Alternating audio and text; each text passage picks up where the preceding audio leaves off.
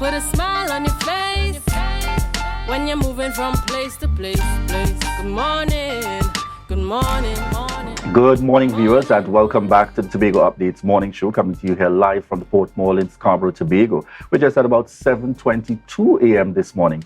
And in this segment, we get started. And you get started when you're chatting with family and friends. The connection is so much easier. We welcome on set Dalia Jerry, Director of the Board of Directors for the Tobago Tourism Agency Limited, and Newton George, Tobago Tour Guide and Tour Operator. Good morning to you all and welcome. Good morning, Julian. Good morning to the viewing public. And good morning, Julian, as well. And good morning, Dalia. Yes. And good morning to the viewing public and the local, regional, and international as well. Right. And folks, we must indicate here, avid supporters from day one of the Tobago Updates morning show, really encouraging from every possible angle. This morning, however, we're speaking about the Global Bird Fair and Sales Mission. And we want to get started this morning by just enlightening persons or reminding some of our viewers, what is the Global Bird Fair and Sales Mission about? Well, the Global Bird Fair is an annual event that takes place in the UK, and it just brings together avid bird enthusiasts, bird watchers. It brings together different countries who are there to market their island as a bird watching place. It also brings together tour operators and just different providers of birding services.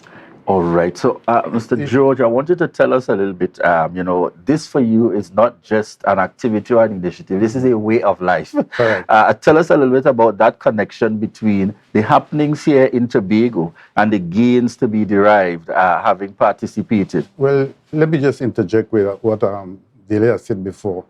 It is very important that Tobago plays a very important role at that fair. Because if we lose our slot on that fair, we might not get it back because there are a lot of countries on the waiting list. And if we lose it, trust me, it's difficult to get back in.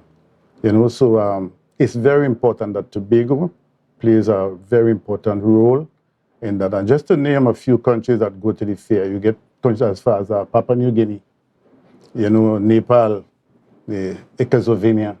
And these are very, very far countries, way countries. And so Tobago playing a role in that fair, it's very, very important.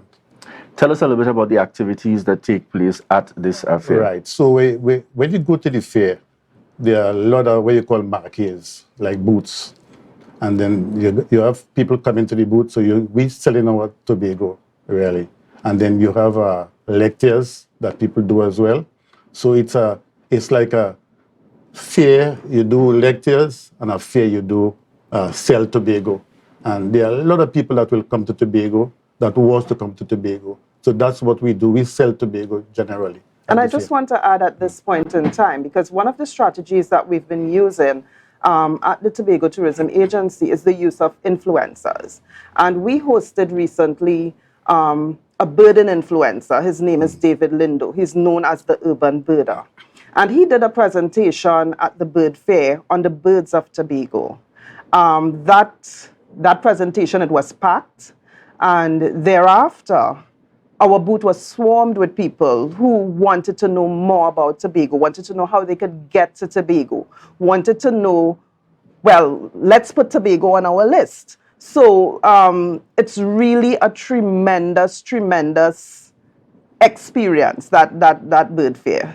From where you sit as well, I want to just get a little bit from you. How do we get to the point, ideally, where persons become more informed and aware from young? Birds could be something. Think of our children, and so you like it, you see it, it's beautiful, but it could be taken for granted as to how significant this is in our Tobago space. Just give us a gentle reminder. Right. So before I get there, let me just tell you of some of the companies that deals with Tobago.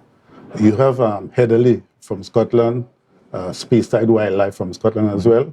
Then you have Nature Check, Bird Finders, Wild Wings. So all these companies plays a part in Tobago as well. They really want to come to Tobago. So when you get out there, these are the people you contact to get to Tobago as well. Excellent.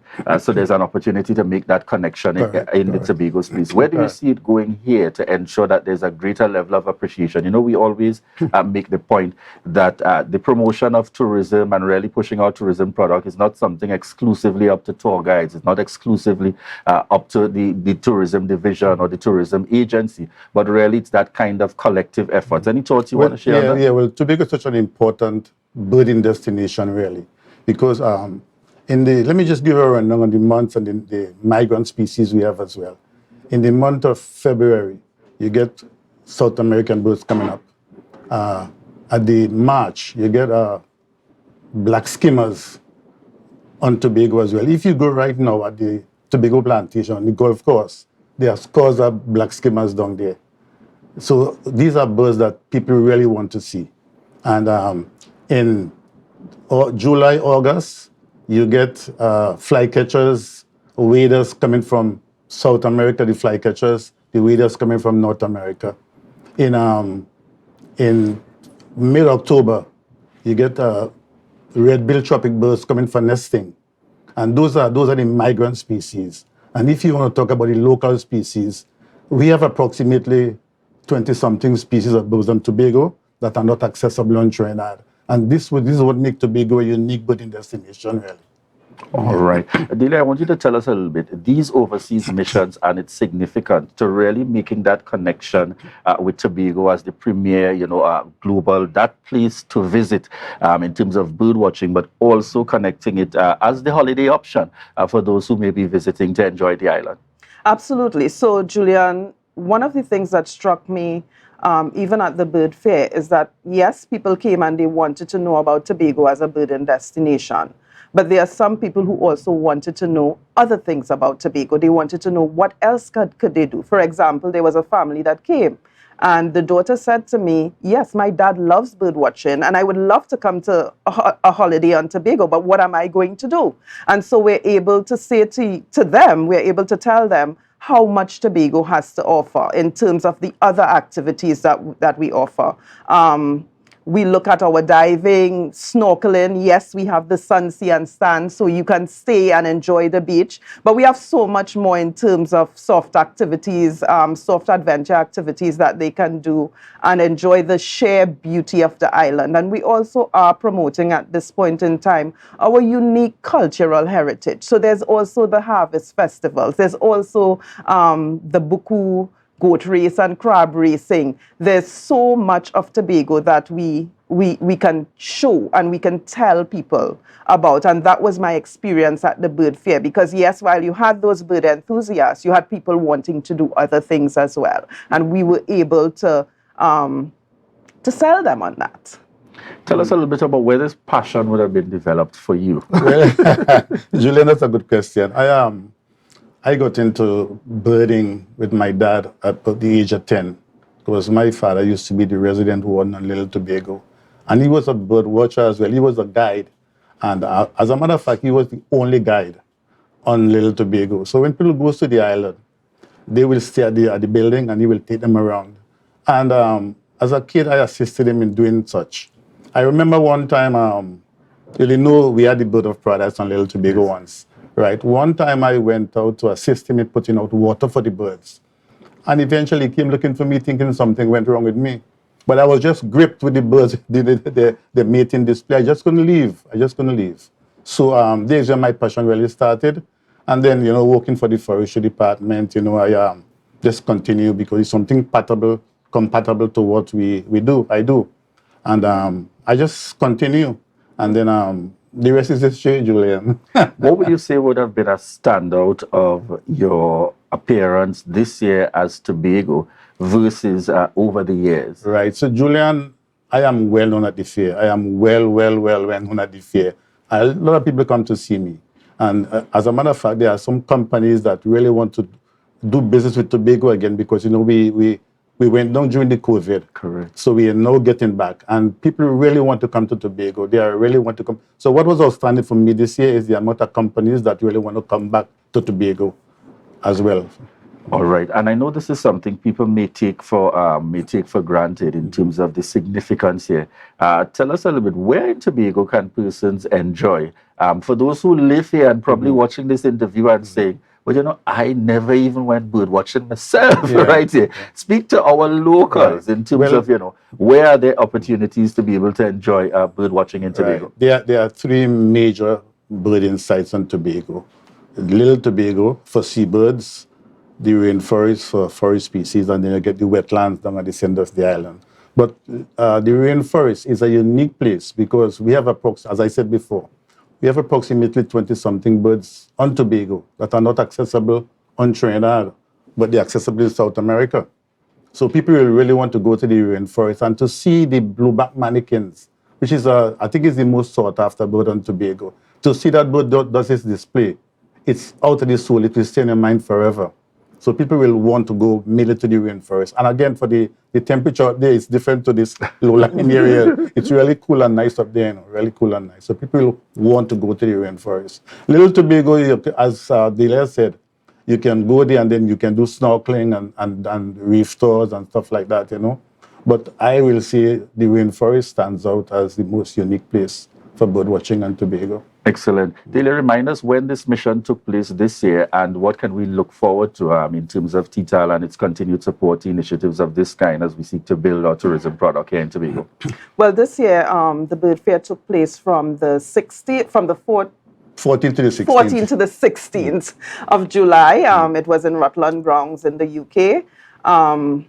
And we had the opportunity there to not only interact with visitors, not only to interact with potential visitors to Tobago, but also, as Newton alluded to, tour companies, tour guides and stuff like that, that could put Tobago on the map. So as we seek to reposition Tobago, because as we all know, COVID happened, and we need to reposition Tobago. We need to have people know that we are here and we are ready to welcome our visitors. We are employing various strategies to ensure that Tobago is at the top of the list in terms of people's choices, because there are a lot of choices out there. And we have to ensure that we make Tobago as the top destination that people will want to visit. And so we are working with influencers, we are working with our partners in the UK, in Europe, and even in North America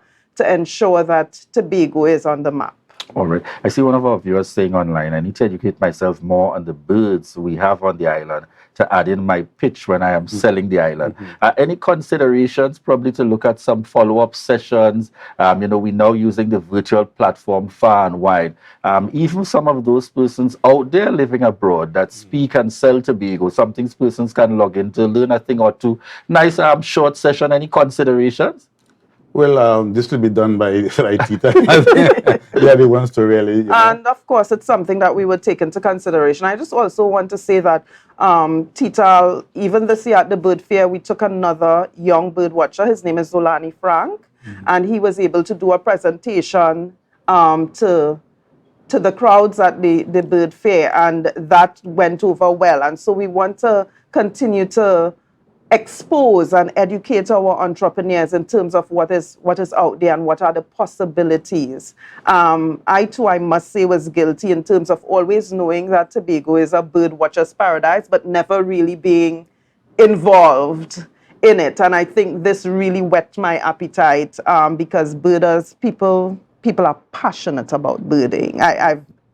It's one of the most amazing experiences I had to see how passionate these people are about birding, and sometimes we take for granted what we have right here. So we have the beautiful birds here and we don't even know about it, but people are really, really passionate about it. If I could add to that is that actually every bird that comes to Tobago always want to come back.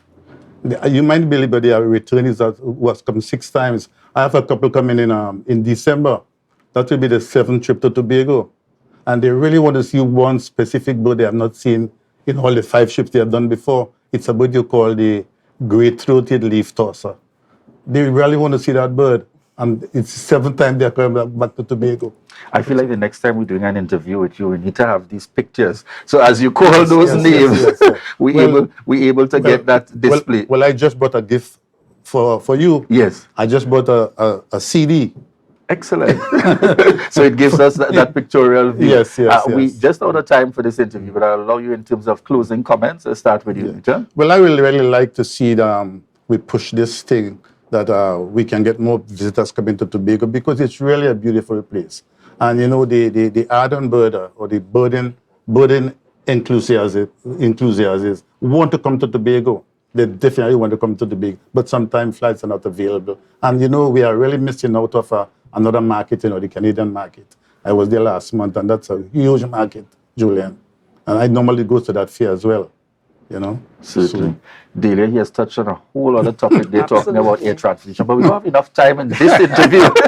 But your closing comments this morning. Well, I just want to assure the people of Tobago that the board and the staff of TTAL continue to work assiduously to ensure that Tobago is the first choice of a destination. And we are working hard, and we invite you to come on board and work with us as we position Tobago as it really should be.